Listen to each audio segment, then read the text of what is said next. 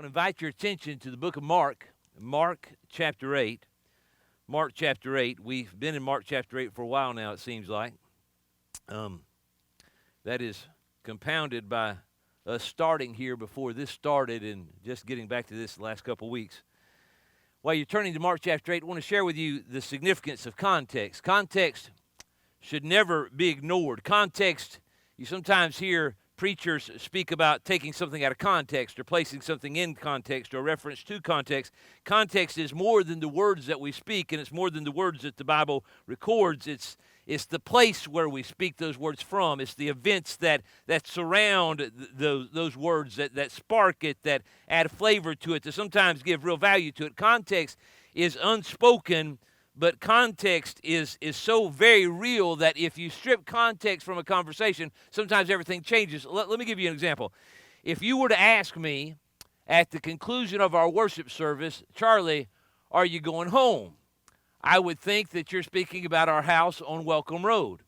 If you were to wait and ask that question the Sunday before Thanksgiving, if you were to come to me following the service and say, Charlie, are you going home for Thanksgiving? I would think that you're talking about Route 1, Box 147B, Camilla, Georgia, 31730. That's the context would say that to me. If you had asked me that very same question January 14th, 2011, just prior to brain surgery, had you asked me, Charlie, are you going home? That question would have had a very different meaning. Do you understand what I'm saying? It's context. The context is what gives value to it. So when we come to our text this morning, the context is going to add very real flavor, significance. It's going to point our attention in a very specific direction. It's intended to do that. So we don't want to ignore the context when we read these words. But look with me, if you will, Mark chapter 8. Mark chapter 8, beginning of verse 34, Jesus asks or makes a statement in Mark chapter 8, verse 34. He says, whosoever will save his life, whosoever will come after me, let him deny himself and take up his cross and follow me. For whosoever will save his life shall lose it, but whosoever shall lose his life for my sake and the gospel's, the same shall save it. Then he asked a question. For what shall it profit a man if he shall gain the whole world and lose his own soul? Or what shall a man give in exchange for his soul?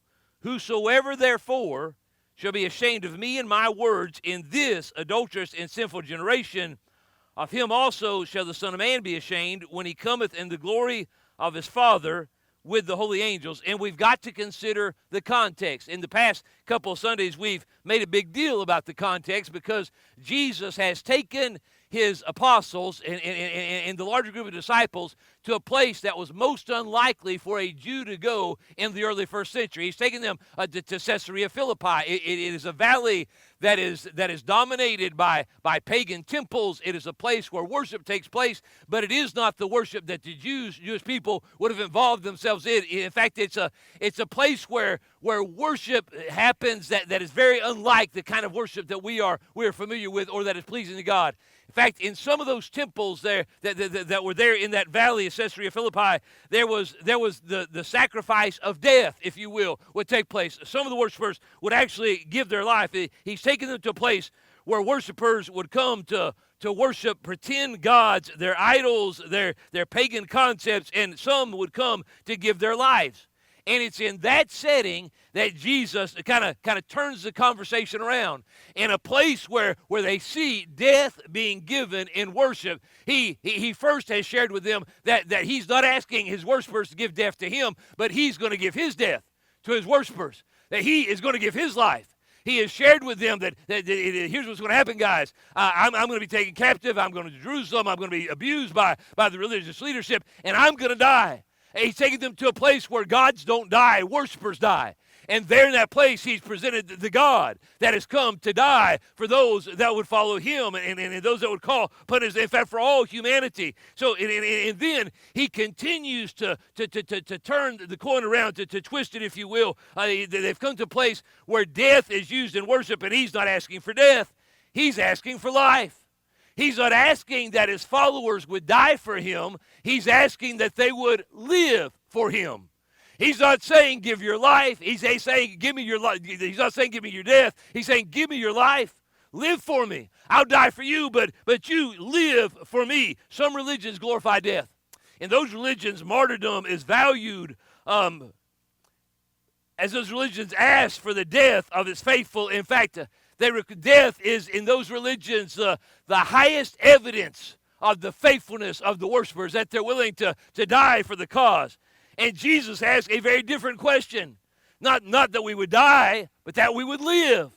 Let me just share with you that it would be easier to die in a moment in time than to live every moment in time for the cause of Jesus Christ. And yet that is exactly what he has asked us for. And that is what we're capable of. It may very well have been this that Paul had in mind when he spoke about a living sacrifice. It's the sacrifice not of our death, but of our life. Not in a moment, but in every moment. Not at some pinnacle where life ceases to exist, but every day as we choose to live our lives for God. This text drives a few truths home that I want you to notice with me. In fact, it drives this truth home in at least three ways, and I want you to grab these. There's a lot more here than we have time to unpack this morning, but I want you to get this. First of all, these texts share with us that every child of God has the opportunity to live for God. I think sometimes we miss that. I think sometimes we think, well, God has called Charlie to preach, so he lives for God, but I have to live for the company, or I have to live for the family, or I have to live for the country. But the truth is that every child of God has the opportunity to live for God.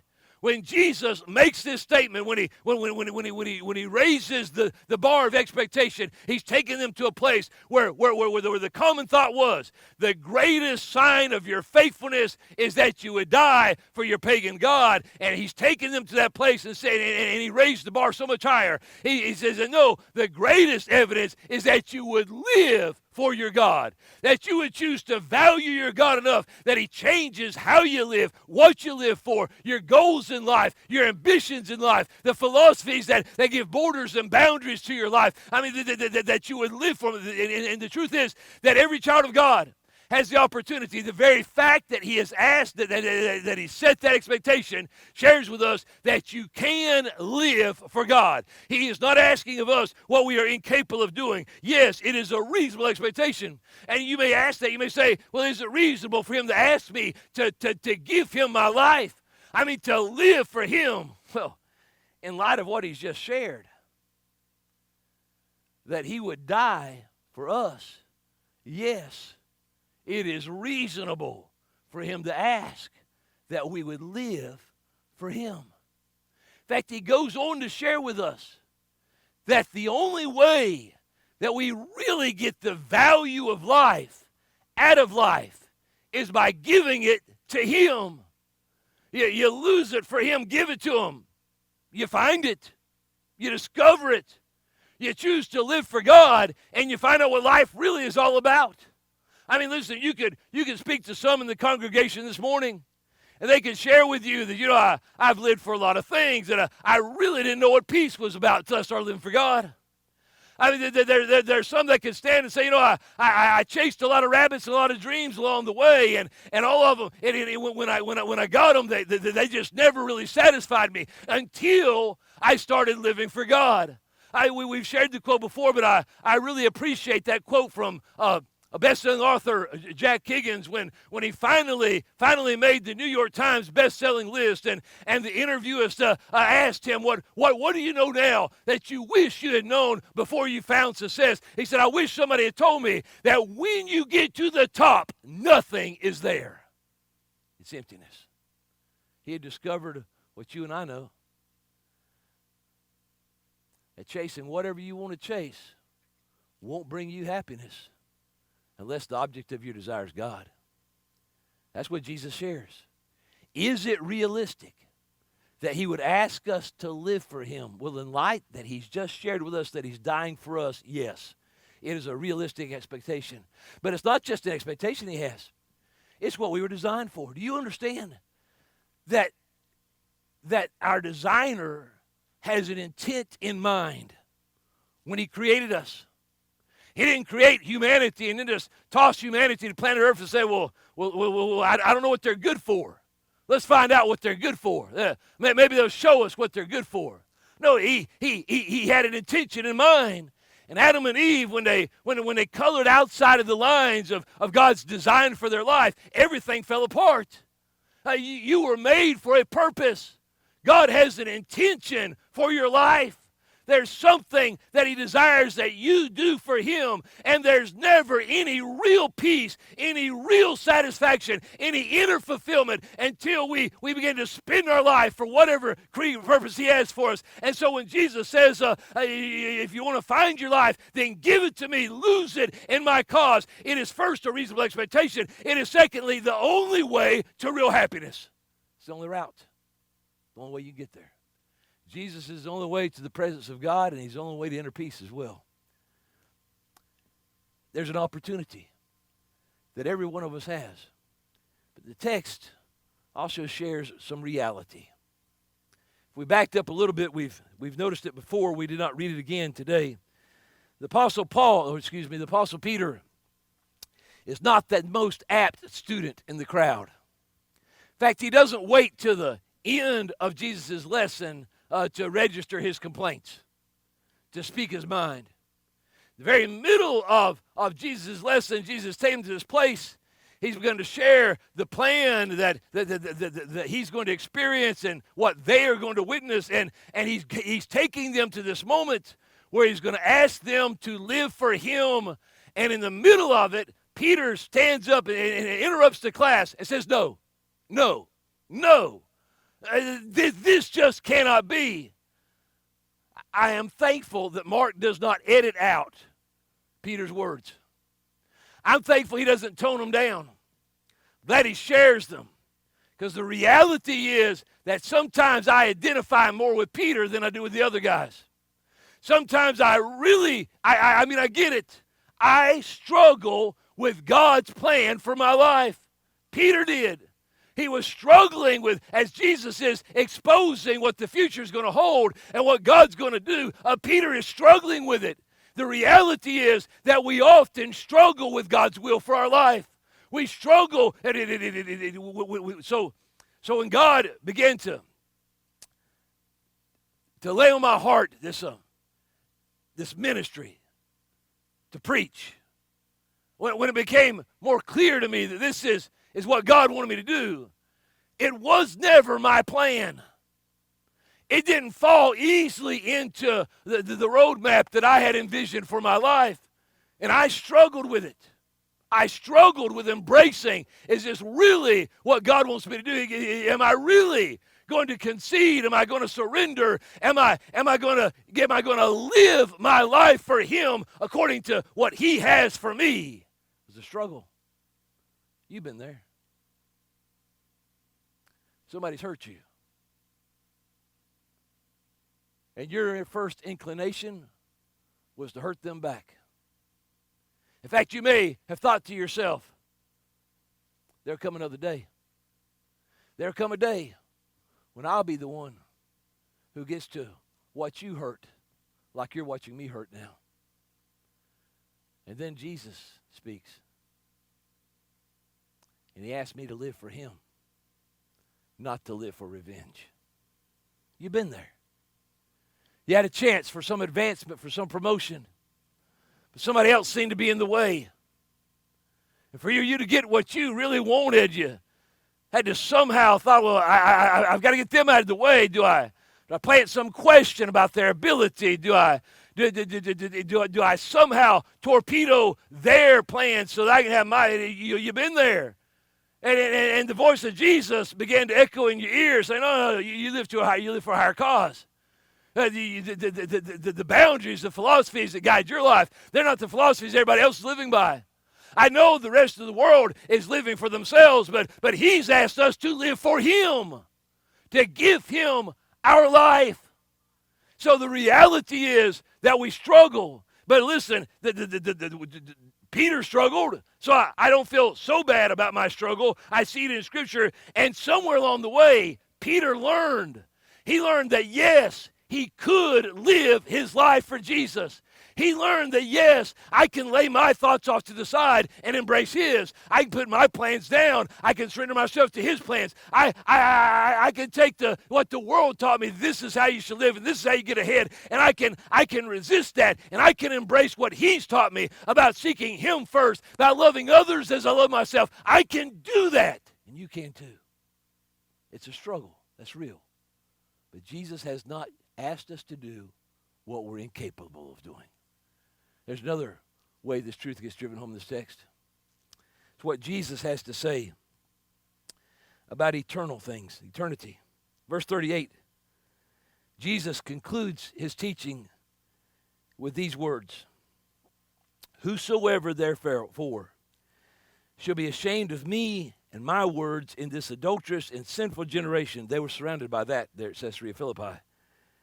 Of him also shall the Son of Man be ashamed, when he cometh in the glory of his Father with his holy angels. And you may say, Brother Charlie, what does Jesus mean when he says that? And I'm going to have to confess to you, I do not know all Jesus intended when he spoke those words.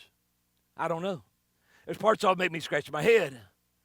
There's parts of them that bring more questions to mind than answers. But here's what I do know. I know that, first of all, Jesus is sharing that while I do have an opportunity to live for him, it's my choice. It's not imposed on me. It's my choice. He's made his will very clear, but I get to choose whether I will or whether I won't. It's my choice.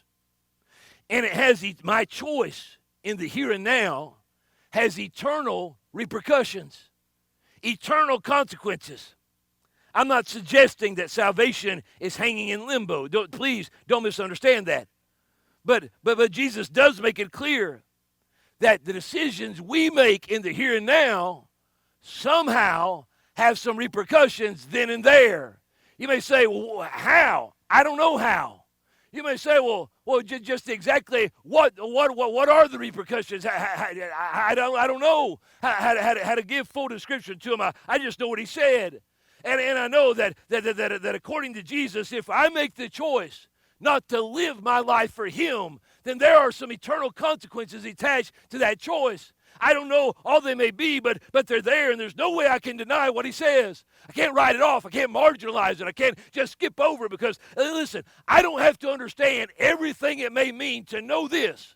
I do not want to face eternity ashamed of how I've lived life. I don't have to know all it means to know this. When I one day stand before him, I want him to be pleased with how I've lived while I was here. And that's my choice. It's a choice that only I can make for me, and only you can make for you. So the question really is this. The question isn't so much what does God desire. Jesus has made that plain. He wants us to live for him. The question really is, will I? Will I live for him? You may say, well, how do I do that? Let me share with you a few ways. I live for Jesus by embracing his example. Sometimes we want to say, well, this is the example of Jesus. He came and lived it, and that's great and wonderful and fine, and it'd be great if we could do that, but since we're people and he's something other, maybe my standard really isn't Jesus. No, Jesus is the standard. Jesus' example is the goal. When Jesus came and taught on the Sermon on the Mount and began to lay out things about the way we think and what we think and what it means when we have thoughts and that the thought itself is sin, we want to say, wait a minute, that can't be so, but it is so. The example that he said is he meant it exactly what it is, and I can live for him by embracing his example, by making that my goal in life. How do I live for him? I live like him. That's how I live for him. I live like Jesus. Understand something. We may one day get to heaven and regret not living life for Jesus. But we will not get to heaven and regret living life for Jesus. I live for him by living like him. I live for him not only by embracing his example, but by obeying his commands, by not brushing them off and somehow trying to dilute them and make them more palatable to my taste. I live for him by asking him some questions. Lord, what can I do for you? Lord, what would you have me to do for you? And when he answers that question, do it. He's not asking for my death. He's asking for my life. He's asking me to live for him, not just in the big pinnacle moments, but in the everyday moments of life. In fact, he has even given his death for me so that I might live for him. I'm going to ask you to do something this morning. I'm going to ask you to stand for a moment. And I just want you to bow. And we're in different times worshiping God with different boundaries than we've had. But I want to ask you, would you be willing to make a decision right now? Lord, I'm going to live for you. That doesn't mean I won't fall. It doesn't mean I won't stumble. It doesn't mean that somewhere along the way I won't make mistakes. But Lord, I want to live for you. And I want to live for you by living like you. I want to live for you by obeying what you've told me to do. I want to live for you by asking you, Lord, what do you want me to do? And then I'm going to do it.